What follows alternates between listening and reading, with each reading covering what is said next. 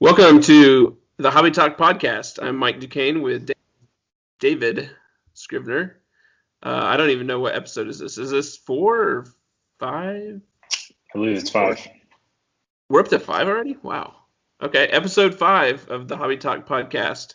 And next time I'll do the research and figure out what episode we're on. But so how was your week, David? Good. You? Was good. There was a lot of baseball news this past week for an off season. You know, we're still in the off season for baseball, but there was a lot of news. The big story early in the week on Tuesday was the announcement of the Baseball Hall of Fame class of 2021. So, David, do you know who made the 2021 Baseball Hall of Fame? Nobody. That's correct. Did you just guess that, or did you know? I actually knew that. Okay. Man, I thought I was going to catch you off guard there. One of my tech writers actually is big into baseball, and he mentioned that. It was kind of. I thought I was going to. Anyway, no, you didn't give me that time. Oh, man.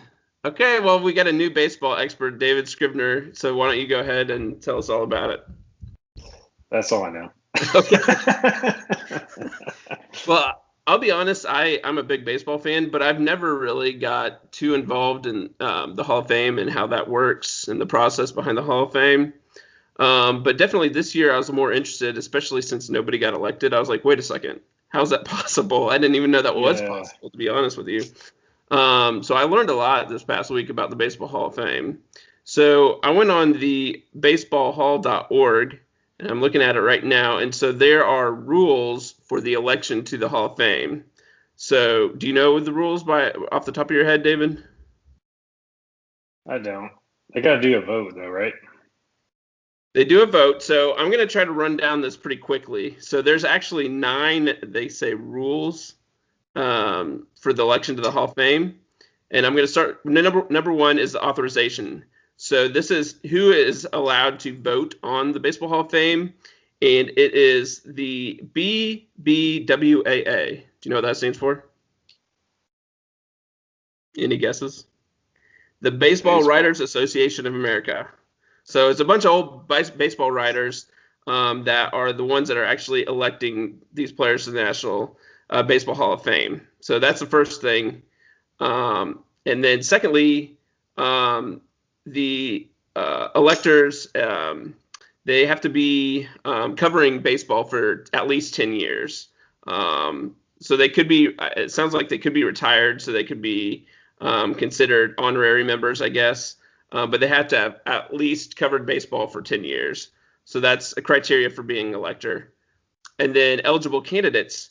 These are the players that are eligible to make the Hall of Fame. There's a certain I guess thresholds that you have to reach to be even eligible to be on the to be voted in. So you have to let's see here. So you have to be retired for 5 years, and you must have played at least 10 years of Major League Baseball seasons. And then let's see, what else is there? They talk about in case of death, a player who has been retired for less than 5 years. 10 seasons? Otherwise eligible. So that's kind of a lot, actually. What's that? 10 seasons. That's kind of a lot, actually. It is a lot. So, I mean, you would want the Hall of Fame to have decent, standards, right? I mean, you want them to be some of the premier players. Okay, so but I would argue that at least one person has to be voted in every year. Otherwise, something is off, in my opinion. Okay. Yeah, we're going to get there, David. I promise you this. We're going to get there. Well, you better speed it up, buddy. I'm trying to speed it up here. So the method, let's run through the method. Basically, they write in. So there's 25 players that are on the ballot, and the writers are able to, they write it in, they mail in their votes, and they can select up to 10 players. But here's the catch. You don't have to select 10. You can select up to 10. So you could select 1, 0, 2, 4, 3, 10. So 0? I guess. I don't know. It doesn't say anywhere. It says up to 10. And in order to reach the Hall of Fame, you have to receive 75% of the vote. Okay, so 3/4 of the baseball writers have to vote you in. Okay, and then there's a certain period of time. We don't need to get all the rules. You're on the ballot for a certain period of time, and then after, like, I don't know, maybe it's like 10 years, you're off the ballot, and you basically, the baseball writers can't vote you in. I hope I got that right, because I'm going off memory on that one. So basically, to kind of cut things short here, the baseball writers are the ones that vote people in, and there's certain criteria, and the big hang up is what they call the character clause. And I wish I had it in front of me. I don't have it in front of me, but essentially what it says is that the player has to have integrity, respects sportsmanship for the game, and then here's the kicker: character, good character. So we're looking at the eligible class for this year.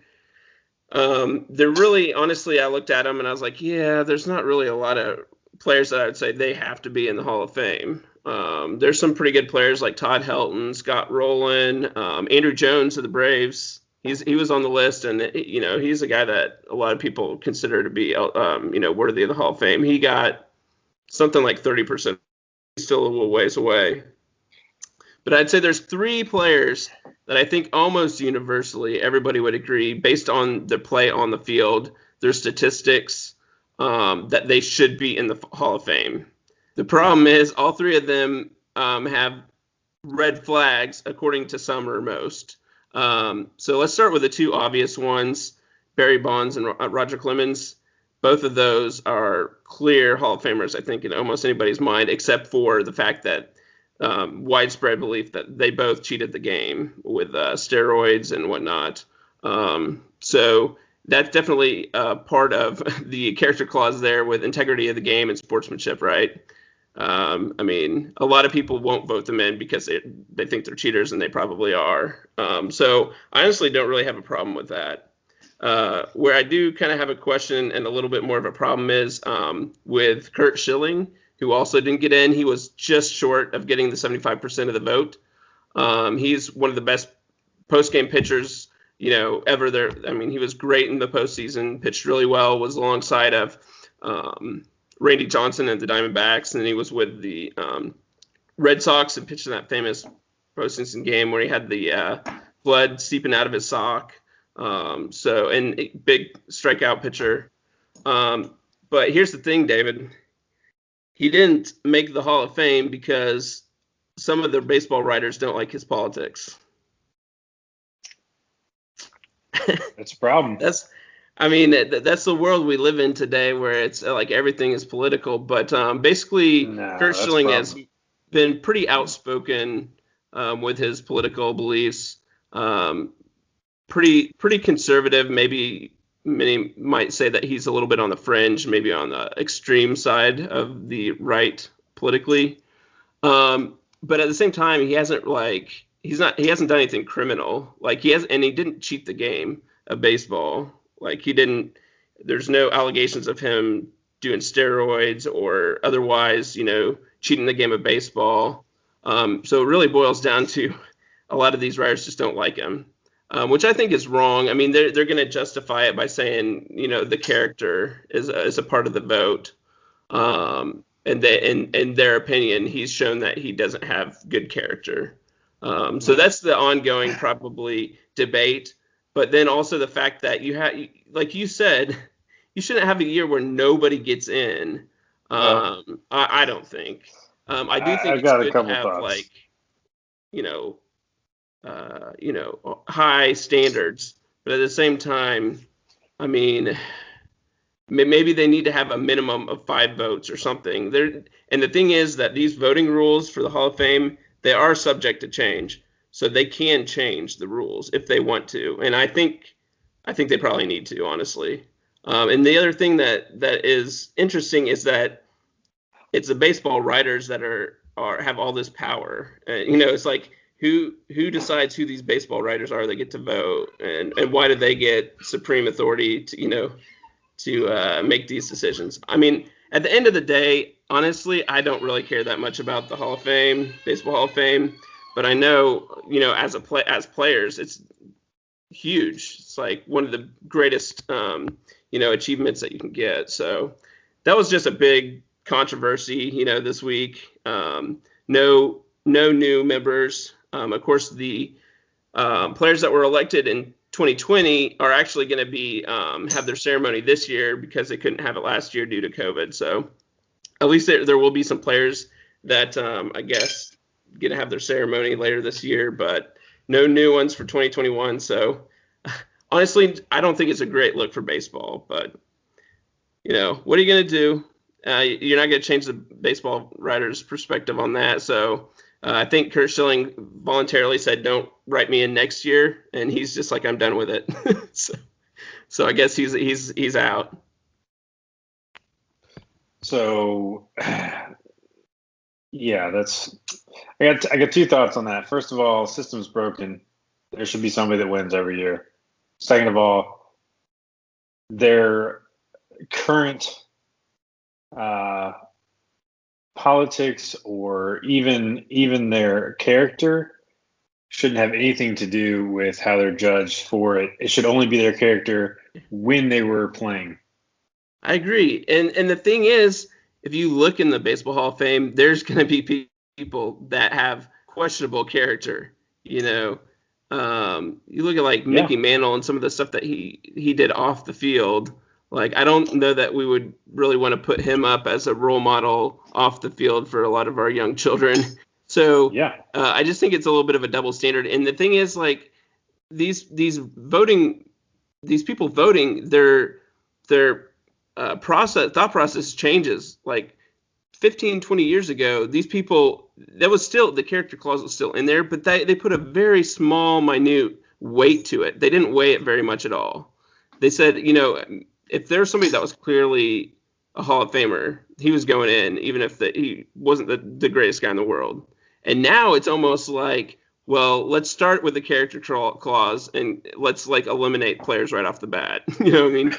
So I agree. I mean, it's a Baseball Hall of Fame. Let it be a Baseball Hall of Fame for the great players. And if you want to put a little insert in there that he was far right politically or something, then go ahead and write whatever you want to write on in the Hall of Fame. But to keep him out because of some of his views, which are just unpopular in the baseball media, it just seems wrong to me. But again, like I said, I'm not going to rant over it. It really doesn't affect me all that much, but it was kind of interesting.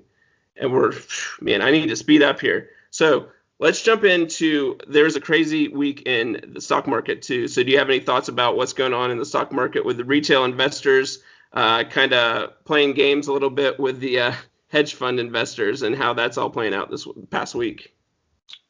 I think it's great stuff. Power to them. It's definitely entertaining. Taking on the big guys. I would say Robinhood, they are not looking good right now. Some very questionable actions on their part. Definitely need to be some serious investigation into what they were doing. Shutting off just buy orders, that's not a good look, no matter how you. So how did that work? So were people able to sell the stock but just not buy it then? They literally shut off buy orders to their customers. And is that like all buy or just for specific they allowed stocks? Sell orders only for those like 8 or so stocks. That's great. So wait, that doesn't make sense. Totally shady. So I didn't understand. I didn't realize that was the case. So they didn't say, because I thought it was basically you can't do any trading on this stock, but they said no, you can't buy, but you can sell. Well, so large hedge funds got an opportunity to close out some of their positions and basically recover from that short squeeze because Robinhood canceled or stopped all buy orders. So you could only go in there and sell. So you go in there and you could sell, and it's only these stocks, that they had. So their argument is, they were like over leveraged or something, and they were basically insolvent. Like they wouldn't have been able to cover for these costs, but I don't care what it was that caused them to do that. Like the fact that they only shut down the buy orders and the fact that they didn't come out and honestly explain what was happening before it happened was inexcusable. So maybe it's just gross ignorance, or it could be straight up corruption. Either way, it's bad. That's wild. So I definitely didn't get all the facts on that. So that definitely seems very shady. I don't understand how that should be allowed for them to do that. I do have a tidbit here. I don't know if you saw this, but it turns out AMC. You ever heard of that? Mm-hmm. Yep. Movies, man. Like, remember the day when we could actually go see movies? Those were good days. Those were fun times. This whole meme stock thing that you're talking about actually saved AMC as a company. They had $600 million in debt. Well, yeah, temporarily. Hopefully they'll figure it out, but obviously the pandemic was just destroying them because nobody could go out and see the movies, right? But they had $600 million in debt, and somebody went in, one of the private equity firms went in, and they actually converted bonds into AMC stock. So it paid off their debt, and AMC is now able to not go bankrupt because they were basically going to go bankrupt like anytime because they weren't going to be able to pay their debt. So I got a question for you. Are there any good movies out there? You want to go to the movie theater and check out a movie? I mean, we already missed Tenet, so I don't know. I honestly don't go to the movies very often, but I really like the idea of that still being a thing that you can do because it's like nostalgic at this point. Yeah. But I agree. It was like the cool, fun date thing to do. Like, when I was growing up as a teenager or college, going out to the movies was always like a really super fun thing to do. So hopefully they don't die. It doesn't seem like they have a bright future, but who knows? I guess going back on the baseball front, in addition to the Hall of Fame, there was a lot of activity this past week. Over the winter, it was almost dormant, like nothing was going on. But there's a lot of activity as far as like transactions go this past week. Even the Cubs got some transactions in there, which was of interest to me personally. We got a replacement for Kyle Schwarber out in left field. We picked up or signed Joc Pederson, formerly of the Los Angeles Dodgers, so World Series champion. Joc Pederson has very similar stats and profile to Kyle Schwarber. It does make me kind of wonder, though, like, why didn't we just keep Kyle Schwarber if we're just going to replace him with Joc Pederson, which is almost like an identical type of player. Might be a couple $1 million cheaper, but it's just kind of interesting to me that they basically just swapped him, and he's a one-year deal, just like Schwarber was a one-year deal with the Nationals. So I guess it's just a new face for the team. So maybe they just felt like they needed to make a change to get a new face in. But they also picked up a back at the end of the rotation starting pitcher, former Pirate starting pitcher, Trevor Williams, which I'm not super excited about, honestly. He's, didn't have a great year last year. He's a guy that had a pretty good year in 2019, but he's a guy that is not a really high velocity pitcher. He doesn't throw a lot of fast, like high heat fastballs. So more like a changeup slider type of pitcher. And the Cubs already have like two or three other guys that have that same profile. Their ace now is Kyle Hendricks, and he's, topping out at 90 miles an hour. So he's not throwing gas. And then Alec Mills is their 3, and he's similar type profile. I love them. They're great pitchers. I'm big fans, but it'll be interesting to see. I mean, I think they're just trying to get some cheap innings in the back of the rotation. So we'll see how that goes. I haven't really heard much about the Braves making much moves. They're still kind of waiting around and not making much. They're going to have to pick up an outfielder. The Braves will. They're very thin in outfield, and they're Ozuna, who that was out there last year for him, he's still unsigned. They definitely could use him, or somebody else at least. They need to pick up an outfielder. So I'm guessing that they probably will pick up an outfielder sometime before the season, but as of right now, that's kind of the hole for the Braves. So we'll kind of keep an eye on that going forward in the next week or two, see if there's any other moves. We'll bring that to y'all. So, do you have anything else? What did you have a snack today, David? I did, but I think you missed it. I mean, well, can you give us and the people that are listening a recap of what the snack was that you had? It's totally gone now. It was cheesecake. So I actually went to a place that I'm pretty sure you're familiar with, Alpine Bakery. Oh yeah, okay. Yeah, I live not too far away from cheesecake. I had the peanut butter cheesecake bar and the strawberry, which is just like a plain cheesecake with strawberries on top. You know what's crazy is some fresh brewed Dunkin' decaf coffee. Man, that sounds like an awesome dessert. The thing is that place is not that far from me, but I've never been there. Isn't that crazy? I've heard you talk about how they have really good desserts. Oh yeah, you need to stop in there. It's like right down the street from you. Yeah. We were over there at Shane's getting some barbecue. Yeah. And had to stop by Alpine real quick, get some cheesecake. I'm gonna killer cheesecake. I'm gonna have to put that on my to-do list for sure. That cheesecake sounds really good. So kind of to wrap it up here, I wanted to talk a little bit about my baseball cards again. I'm big into the baseball card hobby, and that's what this podcast, a lot of it's about, is our hobbies that we enjoy, right? And so I enjoy the baseball card hobby, and so I had a pretty busy weekend on the baseball card front. So I didn't really even plan to do this, but I was looking at my cards, and I decided that I wanted to check out the card shop again. I hadn't been to the local card shop in a while. So I called a couple of card shops and asked them if they would, if they were looking to buy lots of cards. And I called one, and the first guy was like, "We can't really do it on Saturdays. We're too busy." I was like, "All right." I'm kind of done with them anyways, honestly. He's too busy for me. I'm too busy for him. So, but the other guys, they're in an antique mall, and I've been there a number of times, and I really like them. And they're like, "Yeah, come on in, bring your stuff." So I ended up selling, I went in and I was going to sell or trade, depending on what kind of deal I got. I had about maybe 200, 250 cards that were, maybe, I don't know, nothing real great, but decent cards, something that like somebody might be willing to buy. I wasn't going to give them just all my junk. So I kind of went in thinking like, if I get $30, I'd be pretty happy with this, right? So I went in and showed him everything, and I thought he was going to give me an offer. But he was like, "So what are you wanting for this?" So I was put on the spot. So in my head, I had to do it real quick because I didn't do a real good inventory of like what I thought I would get. But just going in, I was kind of like, I'll probably get like $20 or $30. So I was like, I was kind of thinking 40. Start high, right?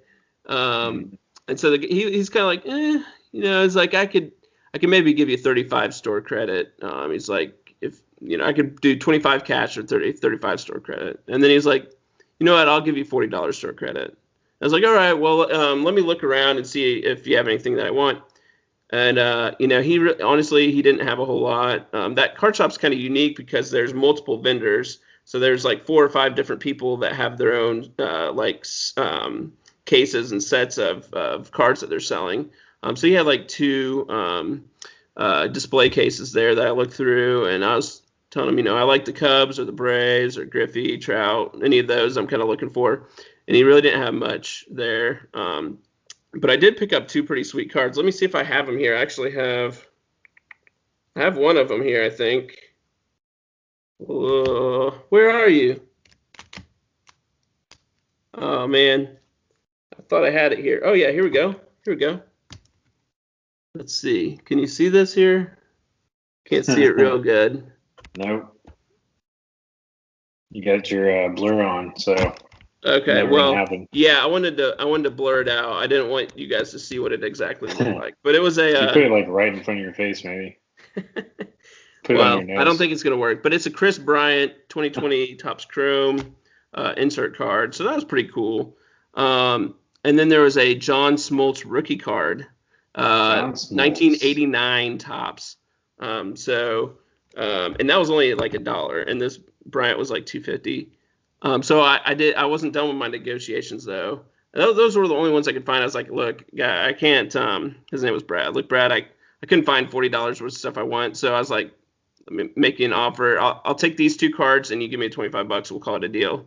And he's like, all right, sounds good. So I was pretty happy with that, honestly. I unloaded a lot of my cards. I'm kind of trying to like organize, and just kind of get the cards that I really want to collect and kind of offload some of the other cards that I got. So that's pretty good. And then I had tried to do a couple eBay sales, and that didn't work out as well for me. I had ended up selling 50 Bowman Chrome cards for $2 plus shipping, but I was kind of expecting to get closer to $10 for that.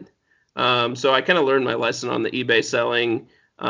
Either do a buy it now price, or maybe set the lowest price a little bit higher than the $2. I mean, I'm just getting ready to send it out this week, but it's kind of a learning lesson for me because I haven't really sold on eBay, but that's a really huge marketplace for baseball cards. So have you sold anything on eBay, David, recently? Yeah, a long time ago, not recently. It's just too much work. You lose like 10-15% easily, like right off the top. That's right. And then it's all this hassle, and then like somebody's gonna like say they didn't get it or it was damaged or whatever. And I gave up on that hassle a long time ago. Yeah, I did some sales a while ago, and I think it was. Do you remember this? I don't think this is a thing anymore, but there was a website called half.com, which was associated with eBay, but it was way less stressful. I think you just posted a price or something on there. I can't remember the details, but you got a lower price for what you're selling, but a lot of the hassle part of it was taken out.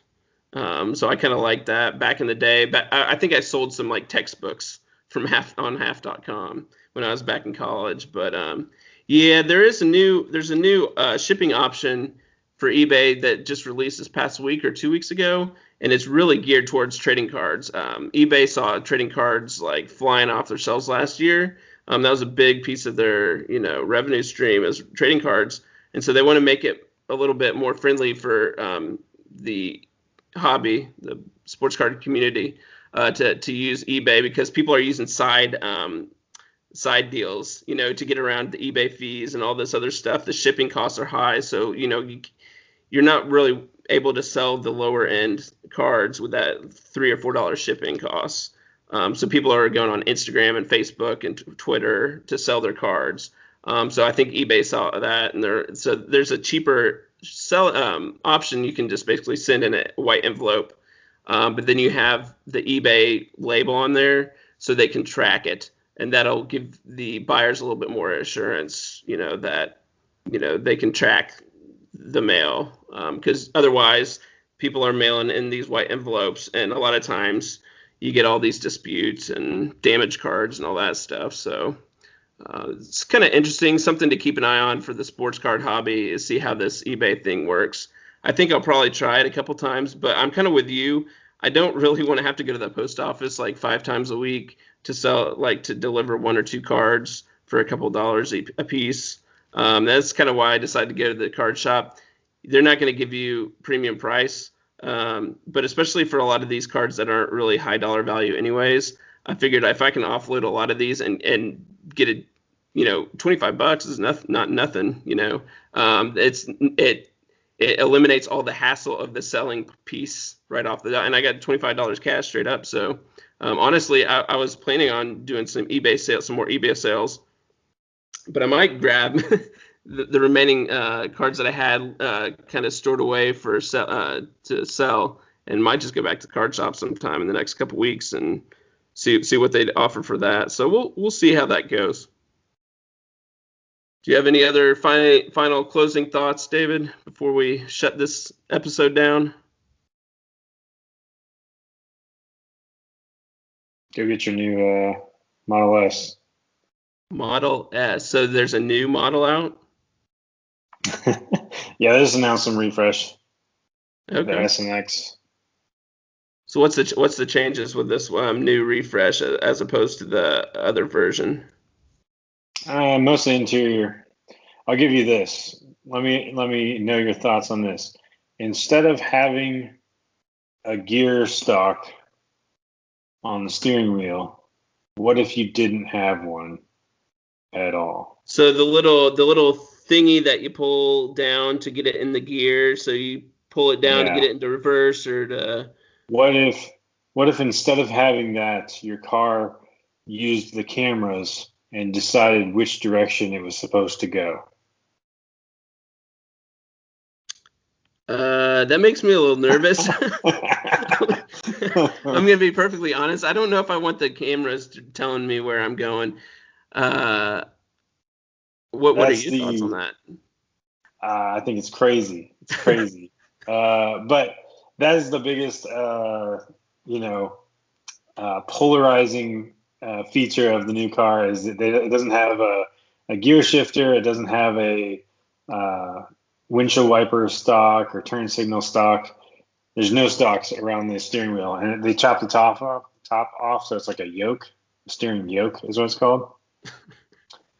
Uh, So it's Always pretty crazy, innovating but over there at Tesla. they're gonna use AI to determine which direction it is you're supposed to go, which gear it's gonna turn it into.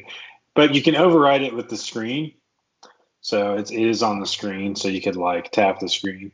But that is going to be the thing that I mean, honestly, I really want to get. It doesn't come out until March. I really want to go and test drive one of these new Model S's because I am so curious to see how that works because that is, I was gonna it's like say. it's crazy. That's I was crazy. gonna say that would be a great video for your YouTube channel. What drives you? If you could find a new Model S and test that out, because I'd be really curious to see how that works out. Yep, yep. So definitely something I'm gonna look into. I'm curious to see what people's thoughts are once they get their hands on it. Um, other updates.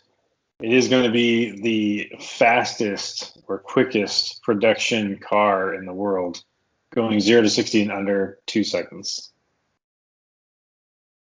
If you got So somewhere to go. very quick. But yeah, that steering wheel is the real question mark in So, my mind.